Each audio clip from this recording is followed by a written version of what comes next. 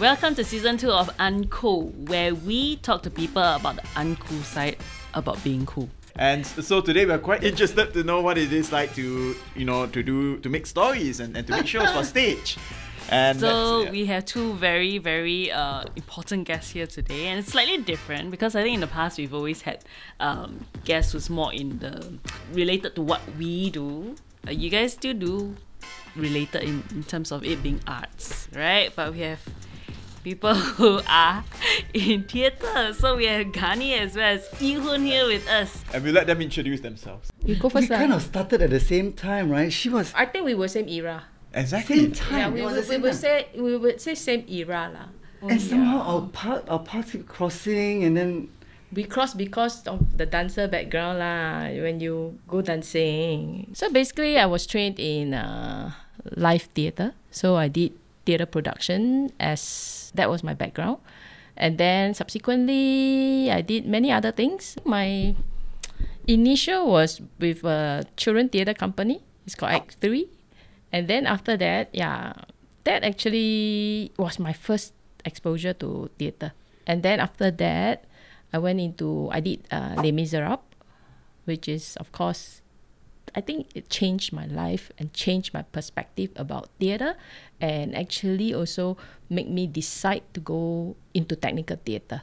Technical theatre and performing arts is, we support the performing arts, technical theatre. So I did technical theatre. I even went to school to study about technical theatre. I even teach about technical theatre.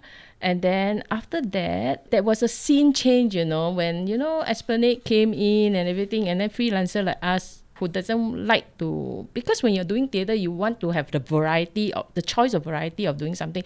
I don't have the concept of what it is like to work inside a venue permanently. So I never actually thought about a full-time venue-based kind of job for myself. So, but I don't think I regretted that. So, because I get to really meet a lot of different people, have choice of doing many different kind of production. I think that was what kept me going. If I was stuck to a place, I would have probably shortened my career path by a lot in theatre.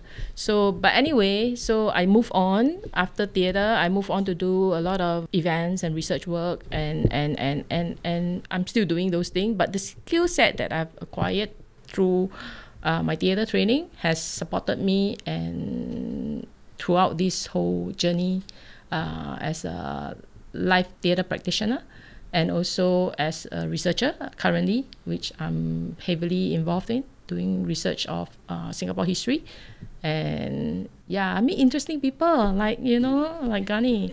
I think we were at that crossroad of like, it was a very interesting time because Singapore, right? We didn't know anybody who was doing the art scene. We didn't know what the hell we were going to do, but there was a love for. I mean, like the very first show I did was Beauty World, and I was in junior college, and I mean it's crazy. You either become doctor, lawyer, engineer, businessman. Okay, coming from ACJC, right? And you are in this, you're surrounded by, the economics is like the commerce. It's like, I can't believe this. Getting this, there's a scholarship. I have to study. Okay, I'm taking S paper. I'm going to do scholarship. They have shortlisted me to be in EDB, okay, economic development. I'm going to be bonded to them by 8 years. Oh my God, what am I going to do? I cannot. I come to economics. Drama. And it's all these numbers and numbers. I was like, I can't believe I'm going to do this. I'm going to die with numbers, death by numbers, colored by numbers, murdered by numbers. I was all thinking, right? And all I did was I say, God, I want to travel. I grew up at Old Airport Road. And as a kid, you see the plane flying so low. And after the plane come on here, I will run out. And me at the ledge down there like, and then you see this horizon and the plane disappearing and you're like wondering, what's out there? And all I can think is, what's down there? Okay, I'm 5 years old, 6 years old. Okay, I can see down there, right? And it was an access that you have this Pasar Malam and this Cepalangkia, right? The only, right? This Cepalangkia, and I went to a kindergarten. I remember my grandmother because she told my mother, and I was 5 years old, and I started talking when I was like 9 months, apparently. That's what they told me, because I was surrounded by adults, first grandchild, right? So I went to this, in the Jewish Community Center, you know, those PAP kindergarten, right? I remember the first day I was in a normal kindergarten, I was like, and everybody with the parents, my mom were like, Mommy, go home, okay? Okay. Freedom. Yeah, I got lost when I was 2.5 years old. So I had very vivid memories from that time onwards. Because I think something about, when I look back, I think trauma creates, it builds that body, and I remembered very vividly, you know, and until today, they asked me, so what happened now? Whole neighborhood went to look for me, and I remembered I was in a police station, and first 1 policewoman, 4 policewomen, all come, boy or girl, oh boy or girl, I cried, and next thing you know, I turned around, I saw my dad coming in with his shirt and with my, looking like, right? And I was like, Daddy! Yeah. And ever since then, I could remember everything, somehow. It's very bizarre. And I went to this Chinese school, right? And we had performing arts. We were, I have pictures. We were performing which one? Chinese High? No, Jewish kindergarten, the PAP. And right, I was the only 那个乖黑孩子. The teacher would call me 那个乖黑孩子. And yeah, and we would, and I was the given Eurasian boys because I was the non-Chinese. I was not allowed, but I would watch. I would sit there and watch, and I would love performing. And just like growing up in that old airport road, right? Every Thursday, Pasar Malam, there's this Chinese wayang, and that's the only thing that would sit me down, and I would like sit down with my yellow chair, holding yellow paper, and my parents would leave me there, you know. So you start young. So I you're not actually my era already. Before I'm that, thinking like, I mean, if you think your back, history right, like it was longer. then. because after I started in my 20s, you know. So you start like 6 or 7. And then, you know, I had a grandmother who, the only person who could see me, that I could never be. I was so not mischievous, always getting access. The first aid kit at home was this big. Yours is considered a life journey. Yes, correct. Yeah. That's my point. Mine's That's my point, because I was an accidental performer. My dad I come from a military family, and it was one accident after the other. I don't think but I knew I wanted to travel. I knew you know, as a kid, they would ask me, say, what do you want to go when you grow up? At first I said, I want to be an astronaut. Then I saw the plane, I want to become pilot. Then what do you want to do? I want to see the universe, I remember, you know. So I was, and you have a grandmother who was a storyteller. She would tell me stories, and that's the only thing that would sit me down, right? And she was my first teacher in singing, because every day she says, she was the only one, she was I call her Ma, right? And nobody could sit me down. Everybody, like, this kid, wow, discipline problem and school, everything. But by the time I was 10, I shifted from Haig Boys School to Henry Park Primary, and it was a culture shock, because I went from a totally Chinese neighborhood to, I had a neighbor who was Cantonese, Hainanese, Cantonese, Hokkien. So all these languages language was, right? And then at home, my grandmother would be like teaching me, okay, alif, bata, the Arabic, right? And she was very specific. No, there's a difference between the ha and the ha, you know. Alhamd, hum. Then she would tell me my real name in this Arabic is one of the Arabic. More about that, right? And it's the name. My name is actually pronounced as Gani, but nobody could call me. They just call me G. And so I took ballet. I saw ballet. I don't know why I wanted to dance. I wanted to perform, but we were in an environment that was so against it. You know, against it. I went to, when I was 10 years old. And that year, 9 years old, 8 years old, perforated eardrum. 9 years old, broke my leg on first school holiday, broke leg. Cannot school holiday, come back to school and got ballet. I'm the only boy. And the teacher hated me, like, what are we going to do with this one given boy? Were you hyperactive or what? I was very hyperactive. Yeah, hyperactive. My mom would tell me this story. Not likeable hyperactive kids. My mom loved it. My mom once told me this story many years ago, before she passed away. She said, because I'm so hyperactive, and she says, you know, when you were 3, she said, when you were 3, I sent the doctor. What the doctor told me, he said, because you had all this accident, you roll. Then the doctor told me, you know, like, your child suffer from hyperactiveness. You need to cut down on the sugar and the sugar intake for this kid, right? Don't stop feeding him all these chocolates and ice creams. Then she says, then we left the clinic lah. And then she said, yeah, then we went over the opposite the clinic. I bought you chocolate and ice cream. And I said, but the doctor said, this is, what kind of diagnosis is that? She said, you know. It's a good diagnosis. She says, which kid is not hyperactive? What kind of stupid diagnosis she was saying that? See the contrast or not? Technical theatre versus performance. My mom, to me, in my eyes, she was Wonder Woman, right? She was this flower power. The only kid who never used uniform. Then, like kindergarten, everybody started wearing that checkers uniform. We were the first year. First 3 months, no uniform. After that, we started uniform, right? Then the teacher can tell your parents. When my mom said, go and tell the teacher, this is kindergarten. What uniform you want to use? Are you the only person in your family that actually turned into a performer? Yes. So I turned to the sky one day, and I would always be sitting at the beach. When I grew up in Marine Parade, I would sit there, I turn to the moon, I say, I want to travel the world, I said. I would talk to, don't know who I'm talking to. I say, I don't know what to do. I say, just show me the way. Just show me, I need teachers. What am I to do? There was no LaSalle, there was no NAFA. What am I going to do?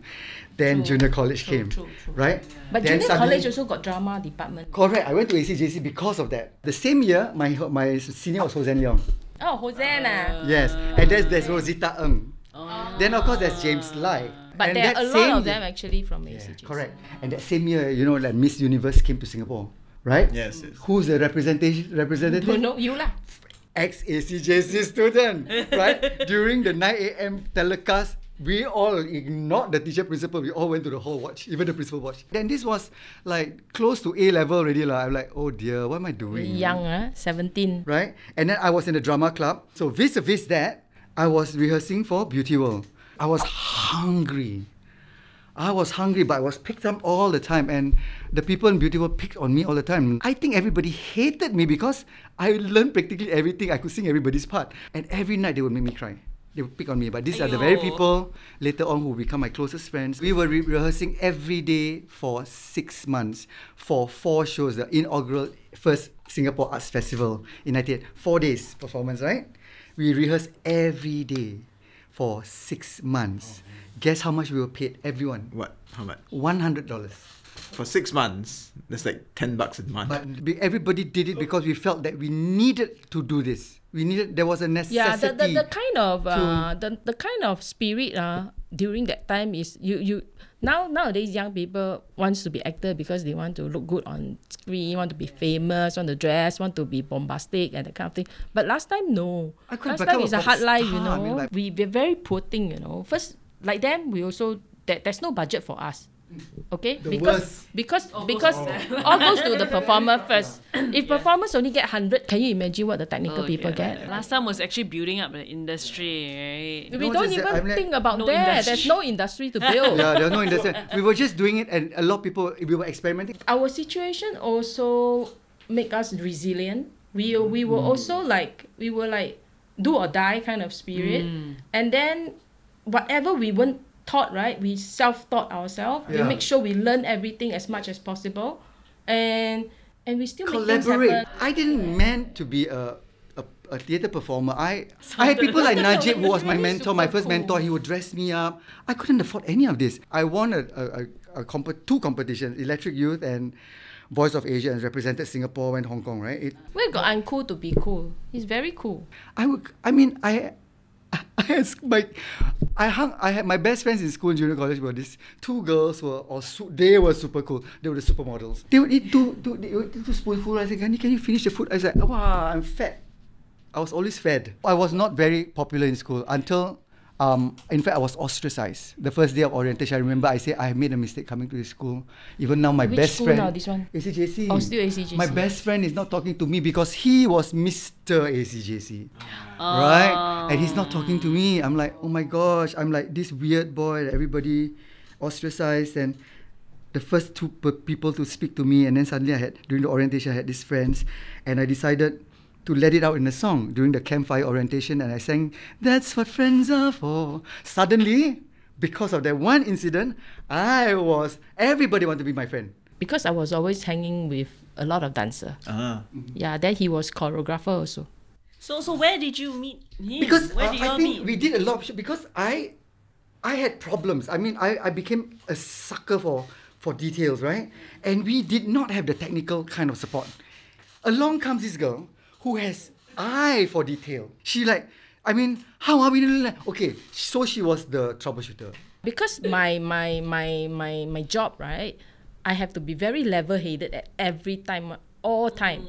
So I'm always like, my mind is always thinking, 1995 I did Les Mis. Wow, you're more better than me. I did Les Mis lah. Les Mis, I was mechanic on the stage. I saw pre-show, I was mechanic, so I fixed up, Les Mis, right, got revolve, right, barricade, right.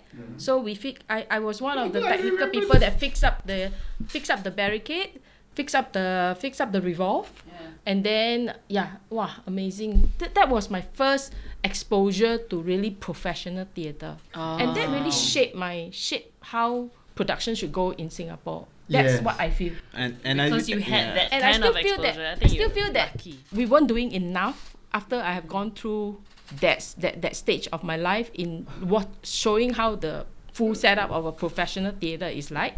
So I was telling myself we have to train up more technical people who are capable to do things on that kind of level. So I went to train, and I was recommended to go for further training lah. So and of course I jumped at that opportunity to do it because R.A.D.A was really a very R.A.D.A meaning Royal Academy of Dramatic Arts. So it was really one of those top school in the world. I think that year when I was selected, every year about 2,000 intake, 2,000 applicants or more.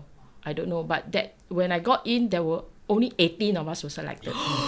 18. Oh wow! So I got in, and then I studied more about technical theatre. But before that, I already have a lot of experience in theatre in Singapore. I've done a lot more than all my classmates put together. I have done when I walk into the school, I tell you, all the teachers know me. Hey, Ee-hoon, you're here. I always feel technical theatre is so important. We have a lot of good performance, but can you imagine It's not being like it's not supporting enough, is it? I think my most funny experience is when I was on Sing to the Dawn. That was my second musical production because prior to that I was doing Do you do show horrors? No. Sing to the Dawn. Wait. Sing to the Dawn. Before that, I was doing Les Mis, and during Les Mis, something happened with Sing to the Dawn. So they have to actually catch me, and then nothing was ready. The props, everything was not ready. The director was on Broadway. No, Sing to the Dawn. Sorry, Golden Child.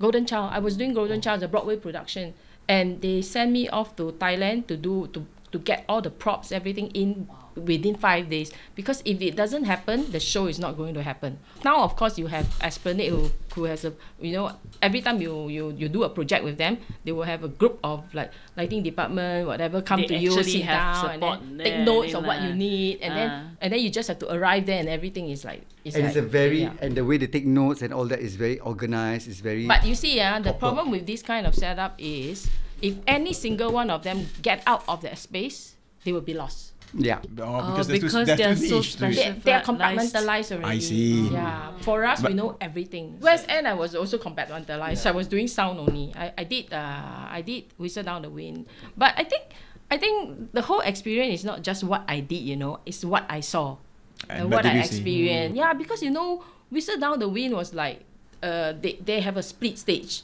Singapore, you don't get that, right? You know what is the meaning of split stage or not? You know the technical difficulty of having a split stage? Meaning, if there's one movable stage... split stage. Yes, meaning you cannot have light overhang. Because you can, but once this goes up, collision. This light cannot use. You can only use another the other set of lights. Split stage with fire on stage, live wild animal snake on stage, because I was doing Whistle Down the Wind. Live animals. Yeah, damn. snake. I was like, the snake cage was right next to the sound booth that I was supposed to report to, and I was like totally afraid of snakes. And my area was actually the area that I was in charge in West End was actually 3 floors down. It's not like Singapore. You only have one the stage level. And then if you go underground, you have your another access area where you can go for the orchestra. Yeah. Other than that, Singapore, you don't get that kind of underground. Compartmentalized is perhaps not the right word to use. I think specialized. It's a better word. It's not necessarily a bad thing. It's not a bad thing. You need to have that also, because you do need to have someone with a lot of experience and really know the full production process, and then work with the different department who are specialized in their own way to make a production happen, to make a production, you know, like make the unreal happen. I was thinking like, sorry, because I'm always like in the film and the video kind of production, right? And to me, theatre is, I try not to think too much about it because it just seems like so crazy. Like, how do you even start? Like, where do you start? That's why the production person is the production manager. Oh, okay, in Singapore, we have a total different setup. In Singapore, basically, you get a production coordinator type of production manager, meaning this person do not necessarily know technical theatre. Okay, they don't know technical theatre. But they know how to put things together. Money, budgeting, you still need people with that kind of skill, right? Budgeting, and then like booking space, hiring, contracts, you know, all these things. Production manager, that kind of production manager. But usually they will hire a professional theatre. They will also in addition to a PM, which is a production manager, they will also hire a TSM, a technical stage manager or a technical manager. So meaning you have Which one is more someone person. like you. Correct, but I have never been actually a technical stage manager. But in the West, a production manager has to have technical skill. So it's totally different. I That means see. when you hire a production manager in the West End or whatever, he needs to know everything across all the departments. That is why when you go for theatre training in the West, they train you all these things. That is why when I taught in LaSalle, I did the same thing. I make sure that this group of students were taught production management because fundamentally you need to know theatre. If you don't know theatre, how can you build theatre? Yeah, performance is a different. You don't want them to be bottled with this kind of mundane. You know, you want them to. I was very interested in that though. I was very into that technical aspect as well because I just didn't design the story. It is a full design. It has to be the whole contextual of design. You wish you know because so you can do yeah. some artistic changes, right? Yeah, but there was a lot of. still make things- I love the collaboration between the tech because as a choreographer, I want it like that. So in order to sell this to enhance the show, the concept of the show, I have to talk to them. I say, how I need the thing to look like that. I want to, but I don't know how to say that. I want the light. I don't know anything about the white flush, the side. I don't know what all the technical, right? I will just tell her, okay, I want the feeling to be like this. I mean, I didn't but mean you to know be that it's very rude to do that if you have a lighting designer. She should. Because, Like, hey, what yeah. are you doing? No. No, it's no, not- but understand because if he is a choreographer or a director, he can add his input. Yeah, that yeah, this yeah. is the I way need I this, I want need it. this, yeah. He can But I don't know convey how his, to- yeah. But because if he knows, he can actually convey and say, can we change this to a warmer color? Or I I want want it on something black. that, I just want white flush. Like just one white light, different type. Like I want to. but he doesn't know the possibility because he don't know what is already hung up there. Yeah. Is this because if it is a profile lantern, for example, a lighting equipment, a profile one, you can actually shape and narrow and sharpen it to focus on the person. But if it is a par can or whatever, you just flash the light, just turn on. Then they'll I translate tell you something about that. Directors like to say this. I want this feeling Then I will ask them, your feeling or my feeling? Because we feel it's differently. true. Yeah. We feel differently. Of course, I'm not you. I can't really feel you. Basically, At that time, the basic of theatre is in Singapore is really. However, I think one thing I thought at that time, although we would needed people like Kingston, Theatre Works, vis-a-vis we have the necessary stage, right? And we were doing all this raw theatre because we had brilliant writing. You have people like Khoo Ee-hoon writing, right? Basically I was told right from my training in theatre, as long as you've got one audience and you have one stage, you already can be a theatre. You can already do that. That's so what- theatre can be very, very basic and it's okay. I'm fully respectable of respect all this.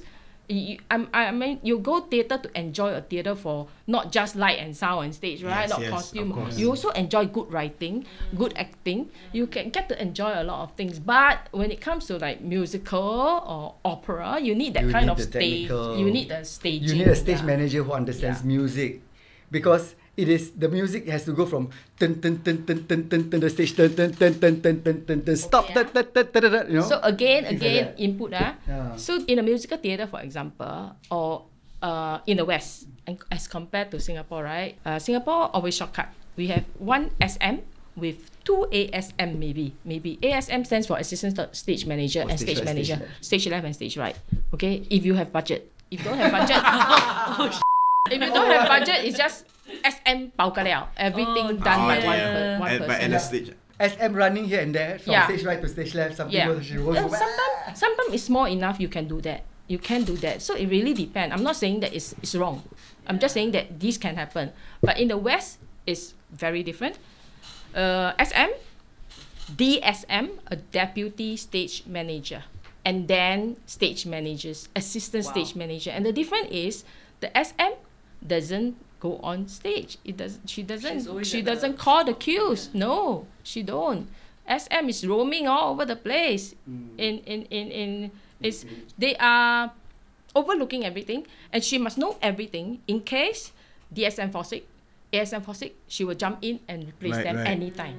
She needs to know the show inside out, the stage manager. DSM is the one who calls the shows. Anywhere in Broadway and West End, the deputy stage manager is the one who holds the prom book and call the shows. The prom book is the book where they go through the full rehearsal, mark all the blocking of the actresses, and know all the cues for the shows. So, and know exactly when to call for which cues for the shows. That is the role of the DSM. Singapore, you don't get, you hardly ever heard of a deputy stage manager. Is it because the seasons are shorter? I don't think it's because of season. We have nowadays we have quite long running production also. But in Singapore, the SM and the DSM roll into one as a SM. But what you guys are saying now, for both Because I think it was technical, budget things. Right. but is it in the past or is it still happening now? Now still SM only what? There's no DSM. There's never a DSM in Singapore. And we've been talking a lot about making A stage manager, assistant stage manager is the best you can get already in Singapore. We've been talking about a bit about what it's like to make a stage show in theatre. And then I think, then of course then you all went into live locations to do your shows. You, Gani in particular, you went to theme parks and you directed theme park shows. I mean, like Universal Studio was wow, to me this is like one giant set. Basically, that's right. It's not a stage. You're walking into The world is just like Okay, I love theme parks. I mean, you're too young to know this, but in the 70s we had permanent theme park called Wonder World. Oh, yeah. Right, that's where Indoor Kallang Stadium is right now. And I managed to catch a glimpse of it because in doing Beauty World we had to do those research, so we had to go to Gay Beauty World. World is like like So Gay we had to World, see all New that, World. all like really a blast, like really like. But growing up in the area, I told right in the near that Geylang area, I remember as a kid, 70s, you see people coming back from the Sunday morning and how they dress, they go parties and all that. And my mom and my family, I got aunties and uncles, right, who were all hippies. So I had an Afro uncle with a bell bottom. Talking about you, my impression of Gani, basically when I first saw him, he's always in this jumpsuit, and then inside got nothing. Oh my God, you gotta remember! Inside got what? Nothing. He just wear jumpsuit over him only. Yeah. Rashma, that's the fastest thing to do at home. Like, Yeah. And one side not accident. Yeah, that kind lah. So my impression of him is basically, wow, this macho man, he was very macho that time. Sorry, 22. I know, but very Because there was lean a and sweat. strong, very fit. The physique was there. I was a Totally sweat hog. So I just totally wanna, cannot like, imagine like to me it was like, wow, this very very strong, very everything is just seem like, and also I was thinking I didn't see the acting part lah, have not encountered that yet, but to me it was like persona wise, wow, very very very impressive one. Once he walked in, you were like star. That kind. Like there was this the aura. The aura at the time. You turn and look at him. Who's that? Oh my God. No, because he got the nice physique, very nice physique. Okay. You know? Yeah, really, I'm serious. I'm not joking. Yeah, so it was it was pretty practical. I mean, now that you mention it was this practical reason because number one, Right, you sometimes remember, it's the right? fastest way to put on the clothes and rush out. Oh yes. Right? You're lazy. Yeah. And then it's like, okay, I'm such a sweat hog. I'm like, okay, I'm going to sweat anyway. I'm not going to like keep bringing extra t-shirt and keep changing. Yeah. Because that was what I used to do. I would have like 3 extra t-shirts inside. Wow. 3 to 5. And then, oh my gosh, it's like, sudah lah, jumper easier lah. I wanted to be a pop star. But somehow, the you are world a of the pop theatre... star in my eye. Oh. You sing in that character. You can because musical theatre, opera, you sing as a character. You like the Thénardier in Les Misérables don't have perfect voice. His voice is always cracking up. The Thénardier. The masters of the house. Yeah. Yeah. You see, you don't need to have perfect like crystal clear voice or whatever. No, it's different from theatre. Yeah, it's a character voice. I mean, you were talking about Universal Studio. It was I wanted to work there, but I really so badly. So they had the Halloween Horror Nights, and you have like over 300 kids there for that particular period only, and they had they come into New York. You have it's basically to create an experience, right? To create an experience. So, but then I was given this Zombie Lane, and they are very good. They are just like Broadway, and because they spend $1.8 million on the lighting. And the sound, so that when the audience come in, when the people come into the gates and they're walking into a whole entire New York City that's converted. This is different. This is creating an experience. You're talking about how to scare the people. Okay, so how do you scare a person? How to scare a person, but poor kids but they love it every day. The injury level very high because you see the zombies sitting out there, and then I had to basically design it such a way where I say you have to feel the audience. You have to feel the cast because some people you will get those smart aleck. I know, right? Now what do you get? What do you do? So I say, so it has to be a coordinated. So I had to teach those kids how to actually have peripheral vision and actually bring out and sense it. So and to read audiences.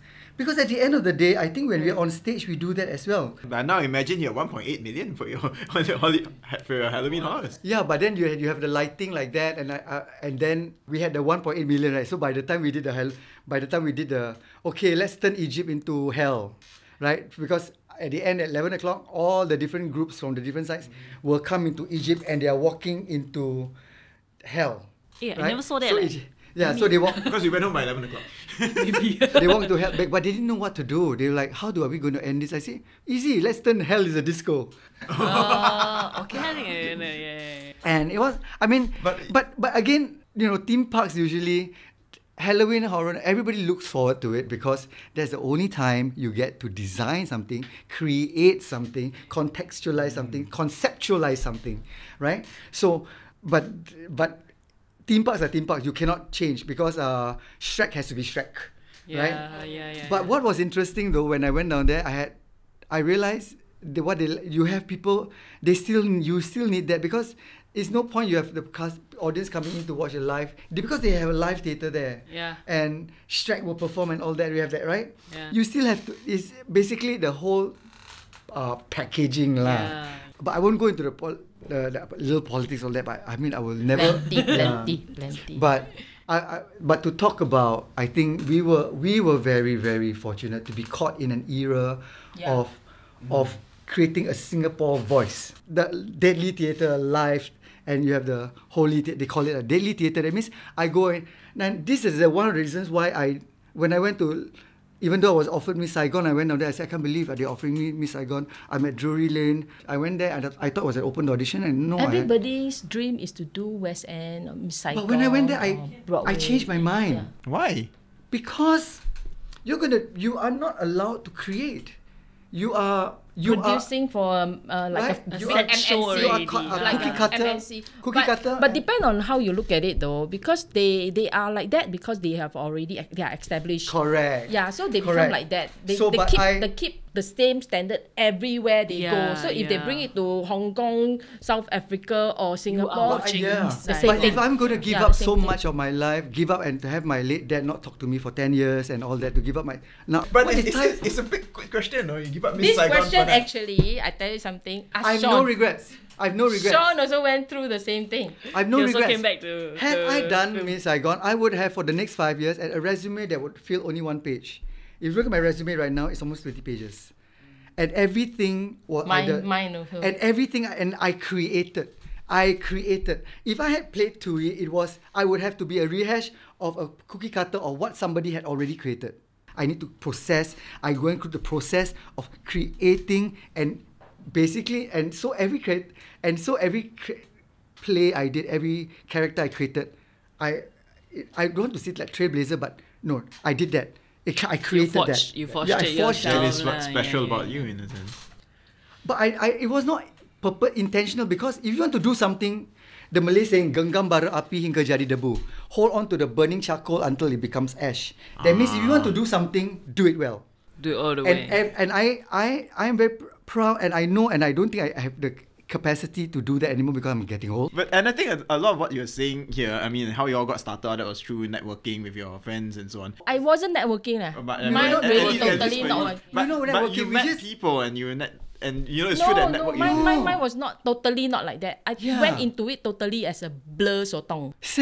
I mean, we came in because we I just knew that I want to be in the arts, right? Yeah. So I picked up my yellow Yellow page. pages. Then I flip every single page. Anything that has to art, I just write in. Oh, so you were like cold calling everybody. I cold calling. I And- cold call. yeah. And then of course thanks Ruby from Act 3 replied to me, and her letter was very short. Interested. Call us. Very interesting. On that I went in as a project manager. So I went to sell birthday party. And then after that they realized that Ee-hoon quite technical, so they changed me and put me into production department. And then production department, I met other people from outside, right? Who actually at that time, Lemis, was it Lemis? Yeah, Lemis came in, and Macintosh was doing interviews of hiring the people for the production, and I went for the interview, and I was hired. And that's how you got hired. Yeah. But do you think it's a lot harder now for this generation, especially? Wow, I tell you, that was my most well-paid job in my whole life. But what I'm thinking now is that because in the last 18 months especially, because a lot of things Current a lot of things is all done virtual, auditions virtual, interviews virtual. Do you think that school is virtual? Do you think that's going to affect the current generation of those that come in training? No. I think there are more opportunity now. I think there are more technical wise. There are more things for new technical people to explore and play with. Automation. There's a lot of automation happening now. Animation. You have all those. We have that also in the past, but not in a big way. But nowadays, all things is possible already. You know, through using media. I think. It's about, but for me, I think theatre, I want to go back to the basic lah. Yeah, so I prefer it to be really stage, the magic of creation. Communication. Yeah, and everything. I prefer theatre still to be the way it is before. Not that I cannot accept new elements. So I think from where we came from to this stage, I think it was a tremendous journey for both of us also. And I think all the theatre practitioners, speaking for everyone, right? I think we all have different kind of experience, but I think on the whole, we really treasure those times, right? Yeah. So we really hope we can go back to theatre soon. Yeah. But my hope for this generation, I totally agree with her. We still have to go back, no matter what you have on your plate, right? You have that spectrum, this palette of things you can do, right? If I were born now, but I'm not. If we were now, what we would do. But that's because we have the benefit of hindsight, you see. I think as performers or this thing, you don't forget that you are in a platform of communication, right? The purpose of art is to provoke thought and to communicate. And what are you communicating? You're communicating the zeitgeist of the moment. It's all about that moment, that area, that no matter what, I think no matter what she do, she did Miss Saigon, Les Misérables and all that, but she's still Ee-hoon. Ee-hoon is very much this voice, and the need to come back to identity, I think is very important, and that's what makes her unique. So what would you say to yourself now if you could talk to yourself when you're the most uncool? I think I would say, I cannot turn back time. I've already made a choice, and I do the best of what I I have made. Gani, what's I your mean, one like, word? okay, before I go to that one word, I mean, as we grow older, the more knowledge, I realized that there was a lot. I started off from a point of fearlessness. Same. Not thinking. That is another It was word for fearless. fearlessness. Not thinking. Fearless, tai tam. Not thinking also, right? Yeah, and a bit tai tam, very You there. tie time by not thinking. Very there. I mean, like, I Not met thinking some of my about old pocket money. teachers and some of the things I Not would. thinking about buying HDB flat. Yeah. Not thinking CPF. No. Not thinking about that. Where But got it came to a point where I think, no, it was not about the theatre or the performance. I think it was about finding myself. I It's wasn't not really, think- I yeah. wasn't really thinking very deep economically. None of us were. None of us were. I And- tell you, But it came to a point where we yeah. had to, though. But I tell you, we still in that stage of don't like to think about economy. yes, I agree. Yeah. So, I so agree. is that advice you would give to young people now who want to start out in theatre? Start thinking that way? I think life has a way of taking care of you. I don't think we were ever hungry. I mean, we were hungry, but we didn't starve.